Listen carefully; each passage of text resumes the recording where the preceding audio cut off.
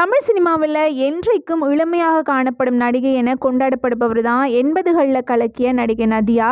அவரை அடுத்து எவ்வளவு வயதானாலும் இவர் எப்படி இளமையாக உள்ளார் என ரசிகர்கள் பார்த்து ஆச்சரியப்படுவது நடிகை த்ரிஷாவை தான். இப்போது இவர் அஜித்தோட விடாமுயற்சி படத்தில் நடிச்சிருக்கிறாரு. இந்த படத்தோட ஃபர்ஸ்ட் லுக் சமீபத்தில் தான் வெளியாகி இருந்துச்சு. கடைசியாக விஜயுடன் லியோ படம் நடித்தவர் இப்போது அஜித்தின் படத்தில் நடிச்சிருக்கிறாரு. அடுத்தடுத்து த்ரிஷா பெரிய படங்கள் நடிப்பார் அப்படின்னு எதிர்பார்க்கப்படுது. நடிகை த்ரிஷா இளமையுடனும் பொலிவுடனும் இருக்க மிக முக்கிய காரணம் அவருடைய ஆரோக்கியமான வாழ்க்கை முறைதான்.